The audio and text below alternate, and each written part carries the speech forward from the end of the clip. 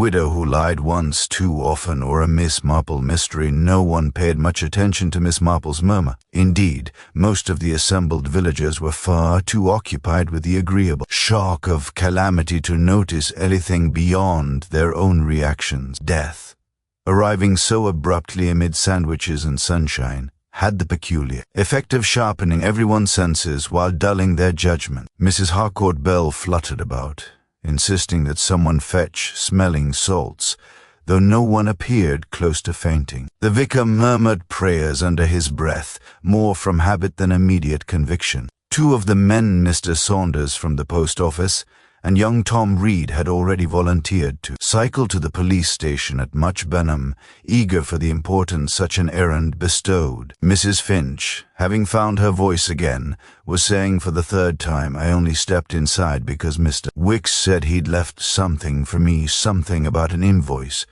And then there he was, just lying there. I thought he'd tripped at first. Anyone might trip on that step.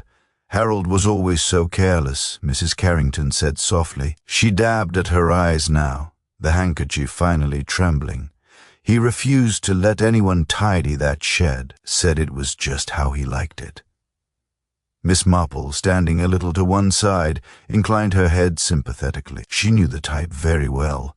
There had been a man like that in St. Mary Mead, Mr. Potter, who kept string in biscuit tins and nails in teacups, and had died quite peacefully in his armchair. People like disorder, Miss Marple reflected, for very particular reasons. The potting shed itself was small and dim, with a single grimy window half obscured by cobwebs. Sunlight fell across the floor in a narrow bar, illuminating the broken pots and Mr. Wicks's outflung hand. Miss Marple had edged just close enough to see clearly, without appearing to do anything so unladylike as investigating. It was the hand that troubled her.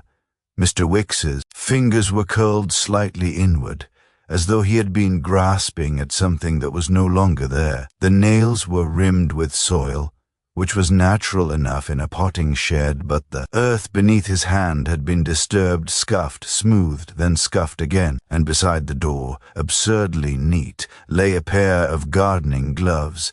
Miss Marple frowned. People were very particular about their habits, especially men who prided themselves on their routines. Harold Wicks, by all accounts, was meticulous about his roses and fastidious about his tools. Gloves were worn, or they were not put down so carefully in the middle of a task. She allowed her expression to soften into vague concern and turned her attention outward once more. Julian Carrington had seated himself on an upturned crate, his face grey. Mrs. Carrington hovered near him, one hand on his shoulder, the picture of solicitous affection. "You mustn't distress yourself, my dear," she said.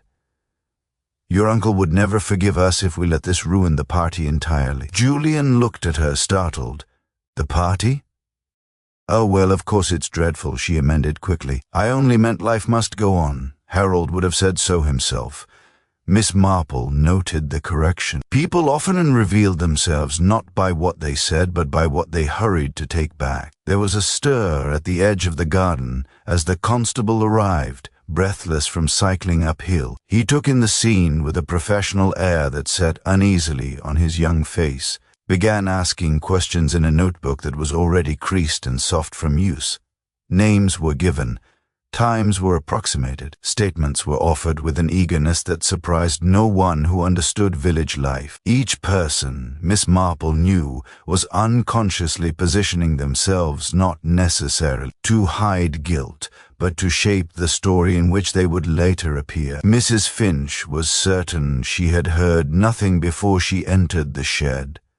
Mrs. Harcourt Bell was equally certain she had seen Mr. Wicks walking toward the orchard not 10 minutes earlier. Mr. Saunders thought he might have heard raised voices, though he could not say whose. The vicar recalled a disagreement between Mr. Wicks and Julian earlier in the week, over money perhaps, though it had seemed quite amicable at the time. Julian flushed. "It was nothing," he said quickly. "Uncle Harold and I discussed business matters all the time." Mrs. Carrington smiled thinly. "My nephew worries too much," she said. Harold was generous to a fault. Miss Marple's eyes flicked briefly to Mrs. Carrington's gloved hands. The gloves were pale grey kid, immaculate despite the afternoon's heat. Not gardening gloves, certainly. And yet there was, just at the base of the thumb, a faint smudge, easily missed, easily dismissed. The constable, having exhausted the immediate witnesses, stepped into the shed himself. He crouched, examined the body, and straightened with a faintly puzzled expression. "No sign of a fall bad enough to kill him outright," he said, "and no blood. Doctor will have to say more, of course. Could it have been his heart?" Mrs. Harcourt Bell ventured. "Perhaps," the constable said, though without conviction. Miss Marple sighed softly, as though in agreement with the general uncertainty. In truth, her thoughts were moving in quite a different direction. She had seen that look of surprise before, not only on faces, but in the aftermath of small village tragedies. It was the look of someone who had trusted the wrong person at precisely the wrong moment. As the constable closed his notebook and declared that no one was to leave until further notice, a ripple of dismay passed through the guests. Tea had gone cold. The quartet packed away their instruments in embarrassed silence. Somewhere a wasp droned insistently against a glass. Miss Marple resumed her seat near the yew hedge, folding her hands in her lap. To all appearances she was merely an elderly lady overwhelmed by events. But her eyes followed Mrs. Carrington as the widow spoke quietly to the constable, her voice low, earnest, and just a shade too careful. "Such a terrible shock," Mrs. Carrington was saying. "Harold had no enemies, none at all." Miss Marple smiled faintly. People who said such things, she had found, were almost always wrong. By early evening, St. Dymphna's Green had assumed the particular hush that followed excitement too large to be contained by daylight. Curtains were drawn and undrawn with purpose. Kettles were set on, forgotten, and set on again. The news travelled, as it always did, with a speed that owed little to bicycles and much to inference. By supper time there was scarcely a household that had not settled upon a version of events that suited its own sense of order. Mrs. Finch closed the shop an hour earlier than usual, claiming nerves, though she lingered at the door long enough to impart the latest refinement of her discovery to anyone who paused. Mr. Wicks, she said now, had looked quite peaceful, too peaceful really, and that was what troubled her most. People did not simply die like that, not without warning. She had always thought the potting shed unsafe. At the vicarage, Mrs. Allen spoke gravely of Providence while carefully excluding any suggestion that her husband's parishioners might be capable of wrongdoing. Accidents happened, she said firmly, especially to men who insisted on doing things for themselves. The vicar, less certain, stared into his soup and wondered aloud whether unresolved disputes might weigh on a conscience more heavily than anyone guessed. Julian Carrington did not come down to supper at Rosemead House. He sat in the small bedroom he had occupied since boyhood, staring at the pattern of the wallpaper and replaying the afternoon with a sickening clarity. He remembered his uncle's voice, brisk, dismissive, and the way Mrs. Carrington had intervened, smiling, smoothing matters over. He remembered, too, that his aunt had left the lawn earlier than most, excusing herself with a headache. Mrs. Carrington herself took her tray in the drawing-room. She ate little, but she drank a good deal of tea, refilling the cup with steady hands. When her maid expressed shock at the day's events, Mrs. Carrington murmured all the appropriate phrases. How dreadful, how unexpected, poor Harold. She did not, however, ask any questions. Miss Marple, back in her small cottage, knitted as she listened to the voices drifting past her gate. Someone had heard shouting. Someone else insisted Mr. Wicks had been threatened weeks ago over a boundary dispute. There was even a suggestion, voiced with relish, that Julian had been overheard complaining about money. Miss Marple dropped a stitch and repaired it calmly. She had noticed that afternoon how readily people supplied motives when faced with uncertainty. It was comforting in a way to believe that tragedies followed familiar patterns. What troubled her was not what was being said, but what was not. No one mentioned Mrs. Carrington's habit of correcting herself. No one remarked upon the gloves. No one questioned why a man so devoted to his routines should abandon them at the very moment he died. Miss Marple folded her knitting and set it aside. Outside, the village settled into uneasy sleep, convinced it had already understood the worst of the matter. She suspected quite gently that it had not even begun. The following morning arrived with deceptive normality. Milk bottles clinked on doorsteps, and the postman made his round with the same measured pace as ever, though he carried the news in his face as plainly as in his bag. Miss Marple, watching from behind her lace curtain, observed how he paused a fraction longer at certain gates, how voices dropped and then rose again once he passed on. Grief, she reflected, was a communal activity in villages, but so was curiosity. She set out after breakfast, basket on her arm, ostensibly for eggs. In truth, she wished to hear what people said when they believed themselves unobserved by anyone of consequence. It was remarkable how often one was discounted by virtue of age alone. At the shop, Mrs. Finch was already busy, though there were fewer customers than usual and more conversation than commerce. She leaned forward eagerly when she saw Miss Marple. "Such a dreadful business," she said. "I hardly slept a wink. They say the doctor is not convinced it was natural causes after all." "Dear me," Miss Marple said mildly. "How unsettling." Mrs. Finch nodded. "The police were back late last night, asking about Mr. Wicks, as habits, whether he argued with anyone. I told them what I knew, of course." "And did you know very much?" Miss Marple asked, selecting her eggs with care. Mrs. Finch hesitated. "Well, he and Mrs. Carrington weren't always as close as she liked people to think. She depended on him, you see, financially." Miss Marple looked up, her expression pleasantly vague. How very difficult for her. "Yes," Mrs. Finch agreed, though without sympathy. "Widows do have a way of exaggerating their helplessness." Miss Marple thanked her and moved on, her mind turning the phrase over gently. Exaggeration was, she knew, a form of deception that often began as self-protection and ended rather badly. Later, as she passed Rosemead House, she encountered Julian Carrington walking quickly toward the gate, his coat unbuttoned, his tie askew. He looked surprised to see her and then embarrassed, as though caught in some small impropriety. "Good morning, Miss Marple," he said. Are you quite well?" "Perfectly, thank you," she replied. "Such a lovely morning, isn't it?" He nodded, distracted. "I am just going to see the solicitor. There are matters to attend to." "Of course," Miss Marple said gently. "Your Uncle S. affairs." "Yes, and my Aunt S." he added, then stopped, as though he had said more than intended. He flushed. "I mean, she asked me to." Miss Marple smiled at him with benign encouragement. Families can be very complicated things. Julian gave a short, humorless laugh and hurried on. Miss Marple continued her walk.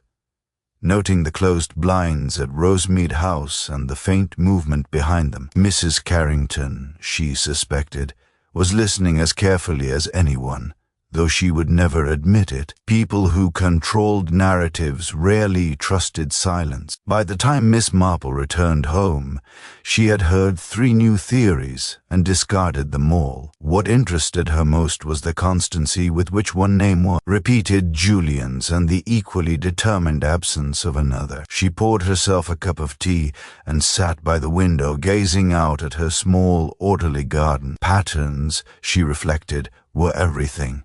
And when a pattern was too neat, too convenient, it was almost always hiding a flaw. She took up her knitting again, counting stitches with care. Somewhere beneath the village's certainty lay the truth, waiting patiently. Miss Marple had never yet found that patience unrewarded. By midday the village had settled firmly upon its chosen explanation, and like most collective decisions, it had been reached less through evidence than through convenience. Julian Carrington's name was now spoken with a lowered voice and a knowing look. He was young, he was dependent, and he had been heard to argue with his uncle. These facts, repeated often enough, acquired a weight they did not deserve. The inspector arrived shortly after luncheon, a spare man with an air of patient skepticism. He established himself in the small parlor at Rosemead House and summoned witnesses one by one. Miss Marple, informed politely that her account would not be required until later, was content to wait. She sat in the garden, her knitting in her lap,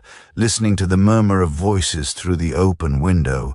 Julian emerged first. He looked pale and strained, running a hand through his hair, as though trying to steady his thoughts. He did not notice Miss Marple at once, and she observed how he paused on the path, glancing back toward the house with something very like fear. Mrs. Carrington followed some minutes later. She was composed, her expression appropriately subdued, though her eyes flicked quickly toward Julian before she spoke to the inspector again, her voice low and confidential. Miss Marple could not hear the words, but she did not need to. The posture was familiar, concern tinged with resignation, the air of someone burdened by an unfortunate truth. Later, the inspector joined Miss Marple where she sat. "You were present yesterday afternoon, Miss Marple," he said. "Did you notice anything unusual?" "Oh, my dear Inspector," she replied, smiling faintly. "Everything was unusual after such a shock. People behave in the strangest ways." He nodded indulgently. "Quite. Still, one must ask." "Of course," Miss Marple said. "I did think it odd that Mr. Wicks should be in the potting shed at that hour. He was always so particular about his routine." The inspector made a note. "You knew him well?" "Well enough," she said. "Enough to know he disliked interruptions." The inspector glanced toward the house. "There appears to have been some financial disagreement between Mr. Wicks and his nephew." "So I've heard," Miss Marple said mildly. "Money is such a trial in families." "Yes," the inspector agreed, "and motives are often quite ordinary things." Miss Marple inclined her head. "Indeed, though I've sometimes found the ordinary motives I use to conceal rather extraordinary ones." He smiled politely, clearly unconvinced, and excused himself. As the afternoon wore on, it became evident that Julian would not be leaving Rosemead House. A constable remained discreetly nearby, and the solicitor's visit was postponed. Mrs. Carrington, meanwhile, took charge of arrangements with brisk efficiency, instructing servants, answering questions, and ensuring that her own fatigue was gently noted. Miss Marple watched it all with quiet interest. She noticed how Mrs. Carrington spoke of her husband in the past tense, and how she spoke of Julian in the conditional, as though his guilt were already assumed. She noticed, too, how often Mrs. Carrington touched her gloves, smoothing them, adjusting them, as if they were an essential part of her composure. By late afternoon, the inspector had his working theory. A quarrel, a moment of anger, a push or a blow followed by panic. It was neat, comprehensible, and entirely satisfactory. Miss Marple sighed softly. Neat solutions, she had learned, were rarely true. That evening, as the inspector and his constables withdrew to Much Benham to confer, Rosemead House fell into an uneasy quiet. The servants moved softly, as though sound itself might provoke another calamity. Julian remained in his room, ostensibly resting, though the light beneath his door suggested anything but sleep. Mrs. Carrington retired early, pleading exhaustion, and was not seen again that night. Miss Marple, invited to take a light supper with Mrs. Harcourt Bell, excused herself soon after dusk, and walked home by way of the long lane that skirted the orchard. The air was cool and smelled faintly of apples and damp earth. It was the sort of evening that invited reflection, and Miss Marple was deep in thought. She paused, quite naturally, near the low fence that bordered Mr. Wicks's former plot. The rosebeds were immaculate, even now. Too immaculate, perhaps. She leaned on the fence and peered down, as though admiring the orderliness. It was there that she saw it, a small patch of disturbed soil near the edge of the path, half-heartedly smoothed over, as if someone had begun to tidy it, and then thought better of it. Miss Marple knelt with some difficulty, and touched the earth with one gloved finger. It was not fresh, but it was recent enough, and just beneath the surface something pale showed through. She did not dig, that would have been improper. Instead, she straightened slowly, committing the exact position to memory, and continued on her way as though nothing had happened at all. At home, she made herself a cup of cocoa and sat by the fire. The pattern was becoming clearer now, though one piece still troubled her. It was not the soil, nor the gloves, nor even the matter of money. It was the lie. Mrs. Carrington had lied very neatly and very unnecessarily about the afternoon, about when she left the garden, about how well she knew her brother-in-law's habits. Small lies easily told, the sort people told when the truth felt inconvenient rather than dangerous. Miss Marple thought of a woman she had known years ago in St. Mary Mead, a widow who had once lied about a teacup, nothing important, merely its origin. It had taken years for the consequences of that lie to unfold, but unfold they had with devastating effect. The next morning, Miss Marple paid a call on Mrs. Carrington. She was shown into the drawing-room, where the widow sat upright in a high-backed chair, her gloves already on, though she was receiving no one else. She greeted Miss Marple with gentle surprise and just the faintest edge of weariness. "How kind of you to come," Mrs. Carrington said. "Such dreadful times." Yes, Miss Marple agreed. They do have a way of bringing little things to the surface. Mrs. Carrington smiled thinly.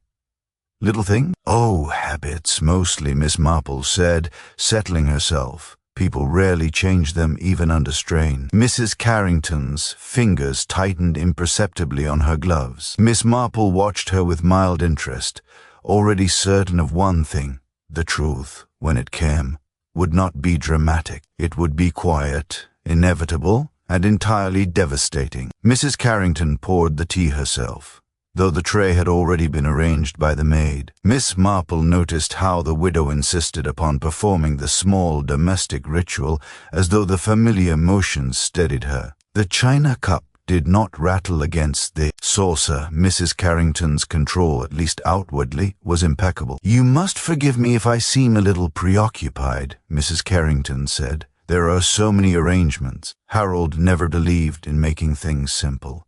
"Men seldom do," Miss Marple replied kindly. "They assume someone else will attend to the consequences." Mrs. Carrington smiled, but there was no warmth in it. "You knew my brother-in-law well, I believe." "Well enough to admire his roses," Miss Marple said. "He was very particular about them. He once told me that neglect showed immediately in the soil." "That sounds like Harold," Mrs. Carrington said, "a fraction too quickly. Always observing flaws, and correcting them," Miss Marple added. "Immediately." There was a pause. Mrs. Carrington reached for her cup, and then set it down again, untouched. "I wonder," Miss Marple went on in her gentle, wondering tone, "whether you recall lending your gloves to anyone on the afternoon of the garden party." "My gloves?" Mrs. Carrington looked genuinely startled now. "Of course not. Why should I?" "Oh, no reason at all," Miss Marple said. "It's just that gardening gloves are such personal things. People grow accustomed to the feel of them." Mrs. Carrington's gaze sharpened. "I don't garden." "No," Miss Marple agreed pleasantly, "but Harold did." The silence that followed was heavy, though nothing overt had been said. Miss Marple took a sip of tea and found it perfectly brewed. "You see," she continued, "I was thinking about habits again. Harold always wore gloves when he worked, didn't he? And yet they were laid aside so carefully. It struck me as odd." Mrs. Carrington stood abruptly and crossed to the window. "Inspector Reynolds believes my nephew lost his temper," she said. "It is very distressing." "Yes," Miss Marple said, "especially when one knows how anxious Julian is to please." Mrs. Carrington turned. "Are you suggesting—" "Oh, no," Miss Marple said quickly. "I wouldn't suggest anything. I only observe." Her eyes rested briefly on the small table beside Mrs. Carrington's chair. There, half hidden beneath a book, lay a faint smear of dried earth on the polished surface. Mrs. Carrington followed her gaze and flushed. "I told the inspector everything," she said, "everything that mattered." Miss Marple rose. "I'm sure you did." As she moved toward the door, she paused. "You know, my dear Mrs. Carrington, lies are very curious things. People imagine they control them, but really it's the other way around. One lie has a habit of demanding another. Mrs. Carrington did not reply.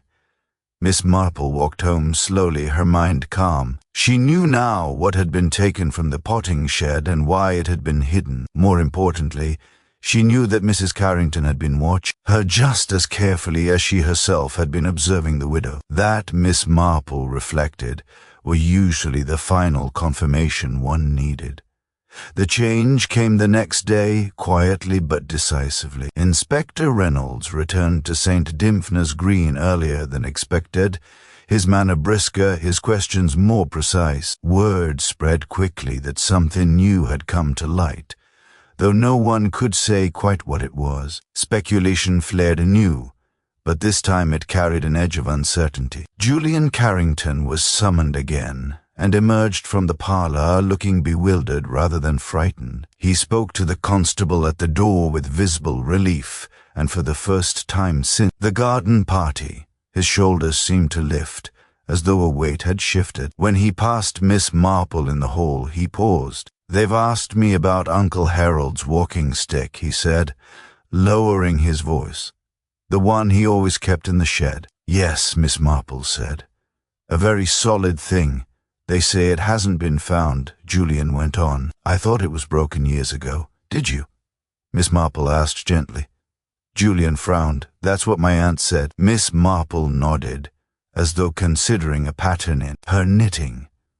It is remarkable how often we accept such statements without question. In the orchard, two constables paced methodically, their attention fixed on the ground. The disturbed soil Miss Marple had noticed was no longer merely a curiosity. A small area had been carefully marked, and the earth beside it showed signs of having been turned. By mid-afternoon, the object was uncovered. It was the walking stick. Sturdy, polished, and heavier than one might expect, it bore a faint, darkened stain near the handle. Inspector Reynolds examined it in silence, then closed his notebook with quiet satisfaction. Mrs. Carrington received the news with admirable composure. She expressed shock, confusion, and distress in exactly the right proportion. She insisted she knew nothing of the stick's whereabouts and could not imagine how it came to be buried there. When asked about the earth found in the drawing room, she laughed faintly and blamed a draught and an open window. Miss Marple, invited once more to offer her recollections, spoke with her customary diffidence. "It's only a small thing," she said, "but I did wonder why Harold would put aside his gloves so neatly if he meant to continue working, and why he would meet someone in the shed at all when he disliked being interrupted." Inspector Reynolds leaned forward. "Someone he trusted?" "Yes," Miss Marple said softly. "Someone he would not expect to harm him." Mrs. Carrington's gaze flickered, just for a moment, toward the inspector's hand resting near the recovered stick. The theory of Julian's guilt, so eagerly embraced by the village, began to unravel. Timings no longer aligned. Motives seemed thinner. The constable's presence shifted subtly, no longer guarding Julian's door but lingering instead near the drawing room. As evening fell, Mrs. Carrington sent for Miss Marple. "You've been very busy," the widow said, her voice brittle beneath its polish. "Talking." "Observing?"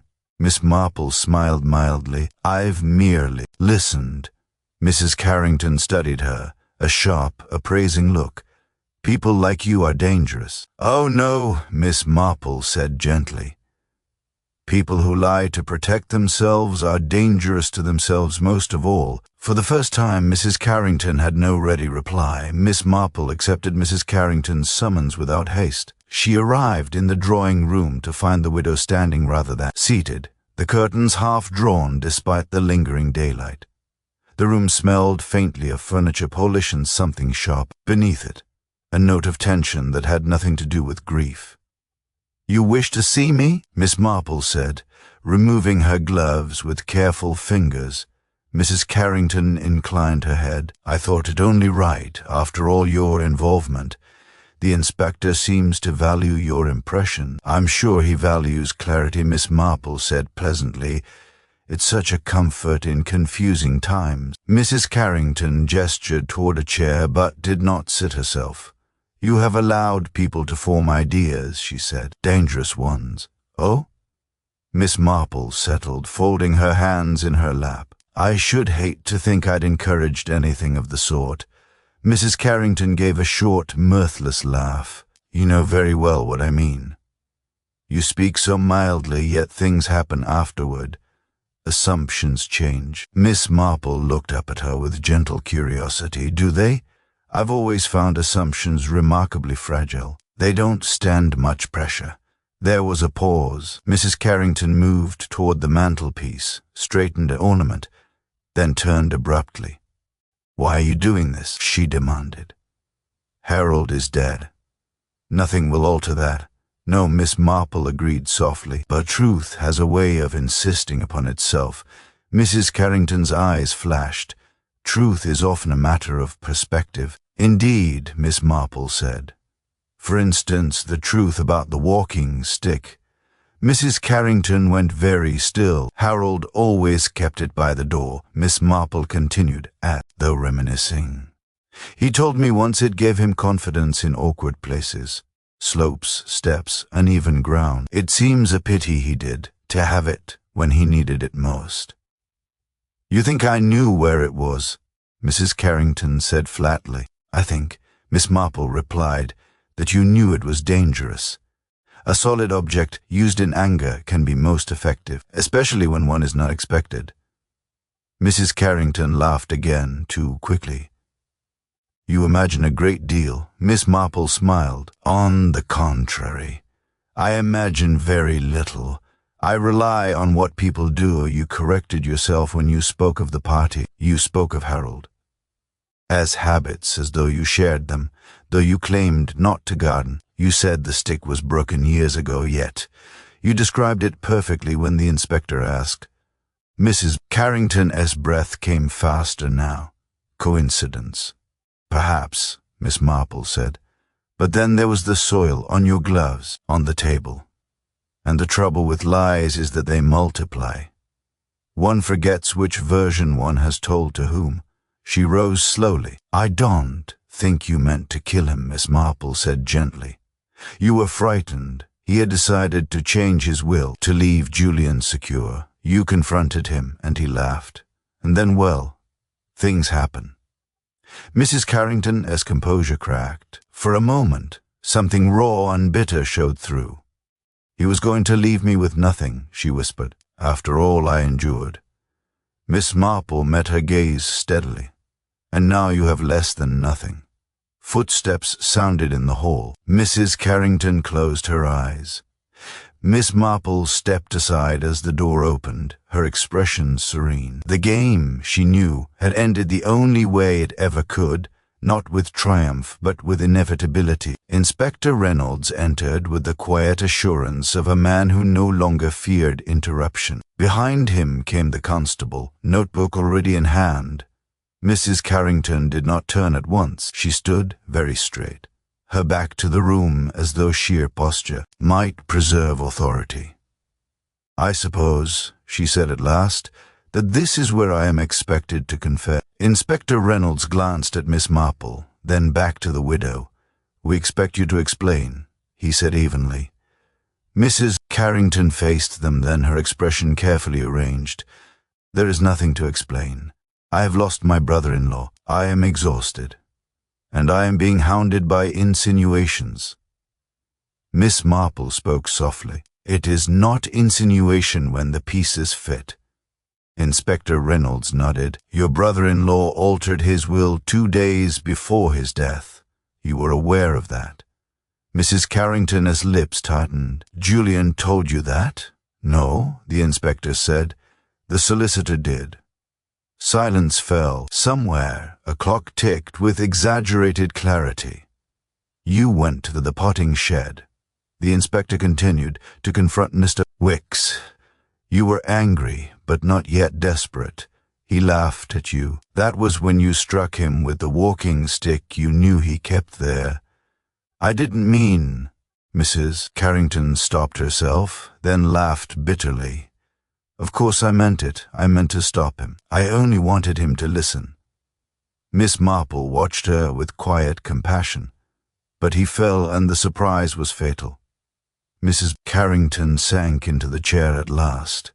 I thought I could make it look like an accident. I buried the stick, I tidied the gloves. I told myself it was all very sensible.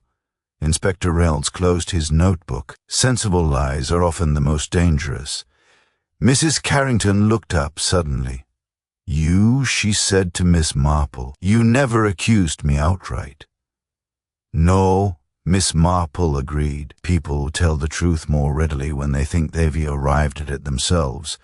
The widow gave a short, broken laugh. All those years of careful appearances, and undone by gloves and soil, and by knowing someone too well, Miss Marple said gently. Harold trusted you. That was the real mistake. The constable stepped forward. Mrs. Carrington rose without protest, her composure returning now that there was no further need for it. As she was led from the room, Julian appeared in the doorway, pale and shaken. She did not look at him. Later, when the house was quiet once more, Inspector Reynolds turned to Miss Marple. "I don't often say this," he admitted, "but we might have taken the wrong man." Miss Marple smiled faintly. "It's very easy to do, Inspector. The obvious answer is so often the most misleading." Outside, the village lights glimmered on, already adjusting themselves to a new certainty, and Miss Marple, drawing on her gloves, reflected, as she so often did, that human nature, once observed carefully enough, always explained itself.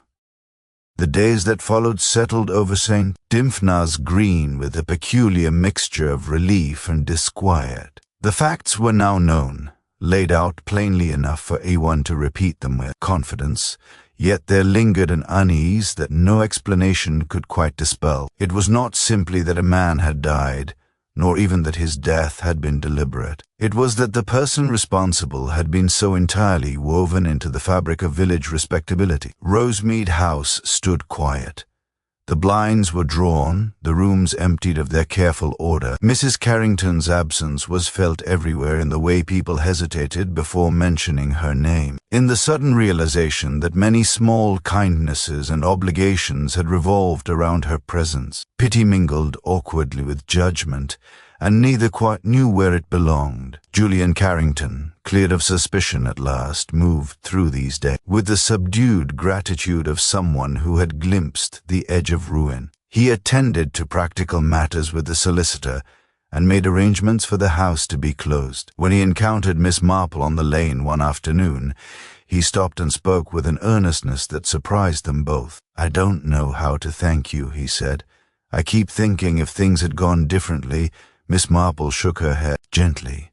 "It is no use thinking in that way.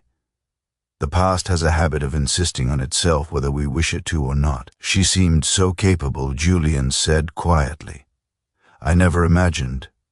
"No," Miss Marple agreed, "one seldom does. People who feel wronged often appear the most composed. They have practiced." He nodded slowly, absorbing this, and went on his way with a lighter step than he had carried for weeks. Inspector Reynolds returned once more to tie up the final details. He called upon Miss Marple at her cottage, accepting a cup of tea with an air of respectful familiarity. "You were right from the beginning," he said, "about the obvious explanation being the wrong one." Miss Marple smiled. "It usually is. Villages are rather like families, Inspector. Everyone knows one another so well that they forget to look properly." He hesitated, then asked, "Was there a moment, one thing that convinced you?" Miss Marple considered. "Yes and no. There are always many small things. But if you mean the first doubt, it was when Mrs. Carrington spoke of Harold's fondness for garden parties. It wasn't true. He tolerated them. People rarely misremember such things unless they are speaking from habit rather than memory." Inspector Reynolds laughed softly. "You noticed more in an afternoon than most people do in years." "That is only because I have had years to observe," Miss Marple said. "Human nature doesn't change. Only the settings do." When he had gone, Miss Marple returned to her knitting and her view of the garden. The roses were in fine bloom now, and she thought of Harold Wicks's meticulous care, his insistence on order and routine. In his own way, he had been as rigid as the woman who ended his life. They had been bound together by habit, resentment, and a shared unwillingness to adapt. The village, too, adjusted itself. Gossip subsided into something quieter and more reflective. Mrs. Finch reopened the shop fully, though she spoke with less certainty now and listened more than she talked. The vicar preached a sermon on forgiveness that left many parishioners thoughtful rather than comforted, and Miss Marple, resuming her ordinary routines, reflected on the matter in her own way. Mrs. Carrington had lied once and found it easy. She had lied again, and easier still. Each lie had seemed a sensible solution to an immediate problem until the lies themselves became the problem. Miss Marple had seen it before, in different forms and with different consequences, but always the same pattern beneath. It was not wickedness, she thought, that undid most people. It was fear, pride, and the refusal to accept change. One afternoon, as she sat by the window darning a stocking, Miss Marple noticed Julian in the garden of Rosemead House, supervising the removal of furniture. He paused, looked up, and gave her a small, sincere wave. She returned it, smiling. Life would go on. It always did. The village would find its balance again, though perhaps with a little more caution, a little less certainty. Miss Marple set aside her sewing and poured herself another cup of tea. The day was warm, the light gentle. Somewhere beyond the hedges and lanes, consequences were being meted out and futures irrevocably altered. Here, in St. Dymphna's Green, the quiet rhythms resumed. She sipped her tea and reflected, not for the first time, that people were endlessly fascinating, not because they were unpredictable, but because they were so very consistent. Given enough time, they always revealed themselves, and that, Miss Marple thought serenely, was both the tragedy and the comfort of it all.